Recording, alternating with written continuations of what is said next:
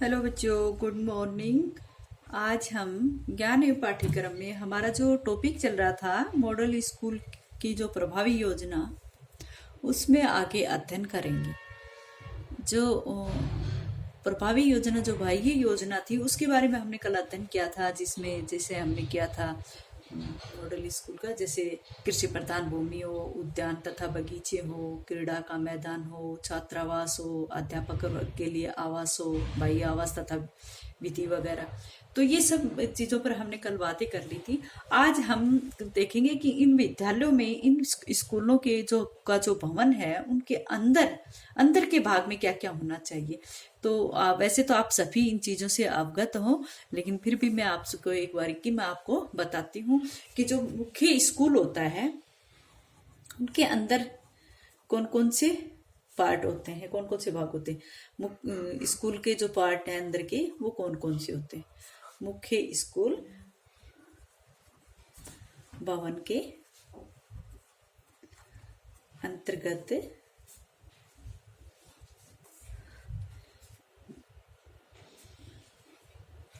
भाग,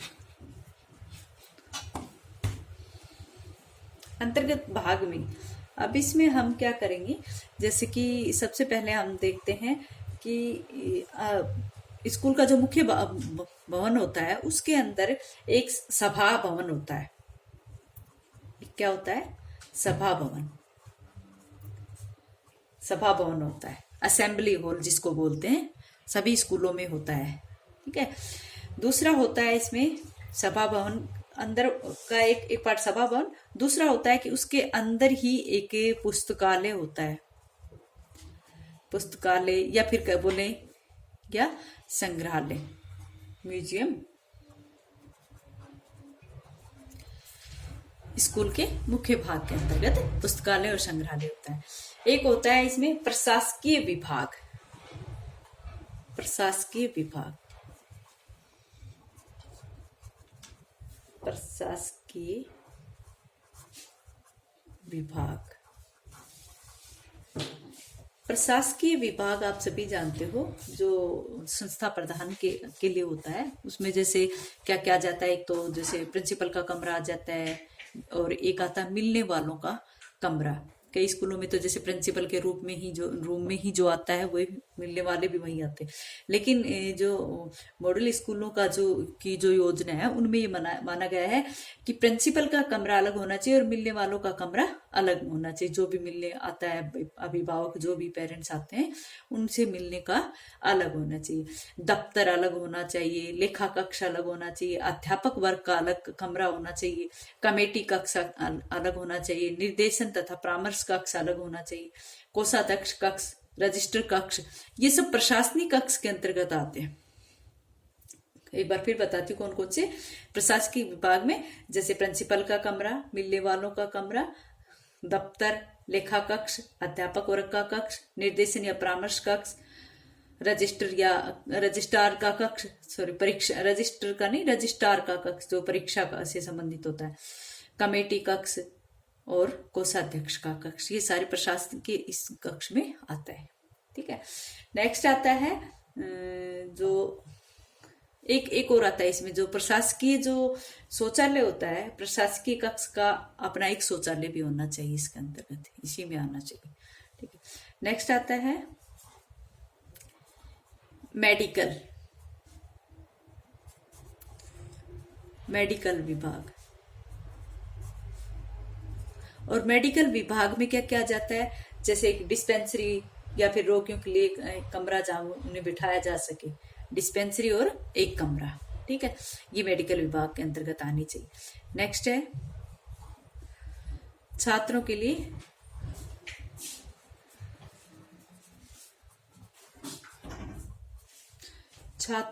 लिए सार्वलौकिक कक्ष। सार्वलौकिक कक्षा बोल दो या कक्ष बोल दो। तो सार्वलौकिक कक्षा कौन सी होती है, जिसको हम कॉमन रूम बोलते हैं। तो इसमें कॉमन रूम का मतलब ये होता है कि इसमें लड़का और लड़कियों का दोनों का अलग अलग होना चाहिए। लड़का और लड़कियों का जो सार्वलौकिक कक्ष है, कॉमन रूम जो जिसको बोलते हैं, क्या बोलते हैं, कॉमन रूम। कॉमन रूम लड़का और लड़कियों दोनों का अलग अलग होना चाहिए।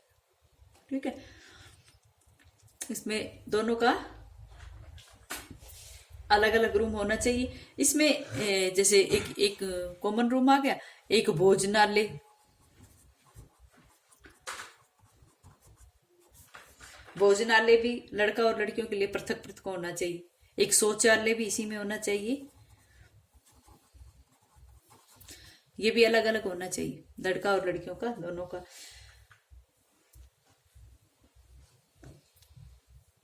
ठीक है, नेक्स्ट चलो, इसमें छात्रों के लिए सार्वलौकिक कक्ष के अंतर्गत ये सारी बातें आ जाती है कि भाई इनका लड़का और लड़कियों के दोनों के अलग अलग होनी चाहिए तीनों ही रूम।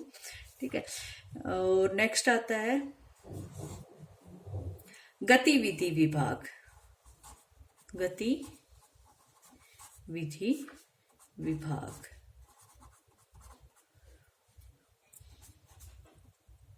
गतिविधि विभाग कौन सा होता है? गतिविधि विभाग होता है जिसमें जिसमें जैसे क्रीड़ा कक्ष आ जाता है, क्रीड़ा कक्ष या क्रीड़ा स्टोर, स्टोर। ठीक है, क्रीड़ा कक्ष, क्रीड़ा स्टोर, बालचर, बालिका निर्देशक कक्ष, राष्ट्रीय सैनिक शिक्षा जिसे आपके यहाँ पर वो होती है एनसीसी, और एनसीसी, और एक वो क्या होती है एनएसएस, वैसे एक ना योजना कक्ष। इन सब की योजनाओं का कक्ष होना चाहिए। एक होता है आपका एसीसी, एसीसी कक्ष यानी कि सैनिक शिक्षा कक्ष, सहायक कक्ष, एनसीसी का, एसीसी का और एनएसएस का कक्ष। और एक होता है फोटोग्राफी कक्ष, वो भी इसी के अंतर्गत होना चाहिए।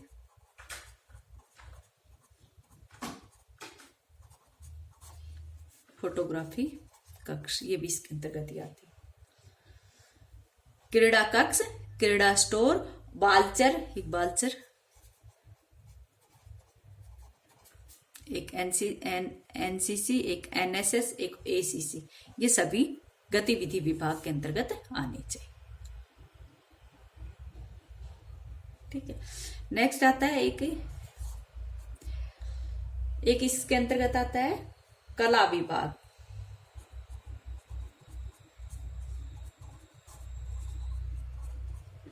कला विभाग, और कला विभाग में क्या क्या आता है? जैसे ड्राइंग, चित्रकला कार्यशाला, ड्राइंग तथा चित्रकला का कार्यशाला, या फिर कहे कि ड्राइंग तथा चित्रकला की चित्रशाला जिसमें बहुत सारे चित्र हो। एक तो कार्यशाला जिसमें ड्राइंग के इसके चित्रकला की कार्य किया जाता है, और एक ऐसी जिसमें प्रदर्शनी वगैरह लगी रहती है ड्राइंग तथा चित्रकला की चित्रशाला। ठीक है, तो ये इस शिल्प कला के अंदर आ जाते हैं। क्या जाते हैं? ड्राइंग में चित्रशाला। ठीक है, एक इसी तरह से एक आता है इसमें शिल्प विभाग। जैसे कला विभाग होता है उसी तरह से शिल्प विभाग भी इसके अंतर्गत आना चाहिए, यानी कि स्कूल भवन के अंतर्गत आना चाहिए। तो इसमें शिल्प में क्या होता है? शिल्प की कार्यशाला, और एक होता है शिल्प स्टोर। शिल्प की कार्यशाला और शिल्प स्टोर, कार्यशाला और स्टोर। तो ये क्या होती है? इसमें जैसे स्कूल में जो परिवर्तित प्रत्येक खेल के लिए जो भी शिल्प स्टोर होता है वो उसके लिए होता है। ये सब भी इसी के अंतर्गत है। नेक्स्ट होता है जैसे कौन संकाय, जैसे विज्ञान विभाग। आप सभी जानते हो सभी स्कूलों में विज्ञान विभाग प्रयोगशाला होती है। ठीक है, इसमें अब विज्ञान विभाग में क्या क्या आता है? जैसे एक भाषण देने के लिए एक कक्ष होता है, उसके अंतर्गत एक प्रयोगशाला होती है, एक प्रयोगशाला लेबोरेटरी जिसे बोलते हैं, एक संग्रहालय म्यूजियम, एक भौतिकी या रसायन शास्त्र के जो भूगर्भ शास्त्री विज्ञान विषयों के जो अलग अलग स्टोर होते हैं वो भी इनमें आ जाते हैं। जैसे किस किस के? भौतिकी के, रसायन शास्त्र के या भूगर्भ शास्त्र के, जैसे विज्ञान से संबंधित जो भी है उन सबके अलग अलग स्टोर इसके अंतर्गत आ जाते हैं। विज्ञान विभाग में वो सारी चीजें इसी के अंतर्गत आ जाती है। ठीक है, एक आता है इसमें स्कूल के जो अंतर्गत जो भवन होता है उसमें एक आता है कृषि विभाग। और कृषि विभाग में कल मैंने बताया था जैसे बागवानी ये सब कृषि में आना चाहिए कि उपजाऊ धरती हो जिसमें मुर्गी फार्म वगैरह लगा सके ना। तो कृषि विभाग में जैसे इसमें भी एक भाषण कक्ष होता है, एक संग्रहालय होता है, एक स्टोर होता है। एक आता है अपना संगीत विभाग। अब संगीत से संबंधित उसमें वस्तुएं पाई जाएंगी, संगीत विभाग ये भी अंतर्गत ही आया जाता है। तो इसके भीतर जैसे एक प्रदर्शन कक्ष होता है, एक संगीत साज कक्ष होता है, एक नृत्य कक्ष होता है। वो संगीत म्यूजिक से संबंधित जो भी चीजें वो इसके अंतर्गत आ जाती है। एक आता है अपना वाणिज्य विभाग।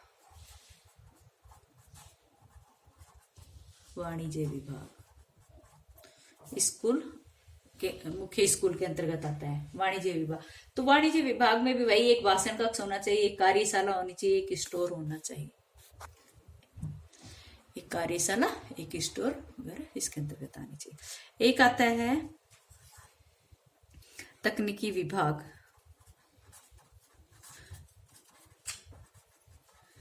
टेक्नोलॉजी विभाग सेक्टर। तो उसमें भी एक भाषण, एक कार्यशाला, एक स्टोर। इस जो वाणिज्य साइंस इनसे संबंधित जो भी है इनमें सभी में यही है कि एक इनका भाषण कक्ष होना चाहिए, एक इनमें कार्यशाला और एक स्टोर। ये तीन चीजें इनमें होनी चाहिए। गृह विज्ञान में भी जिसे अपना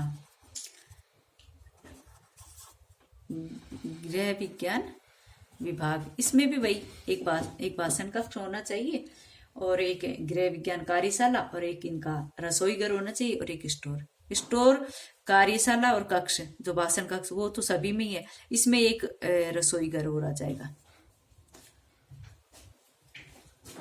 ठीक है, इसमें रसोई घर आ जाता है। अच्छा बच्चों, आज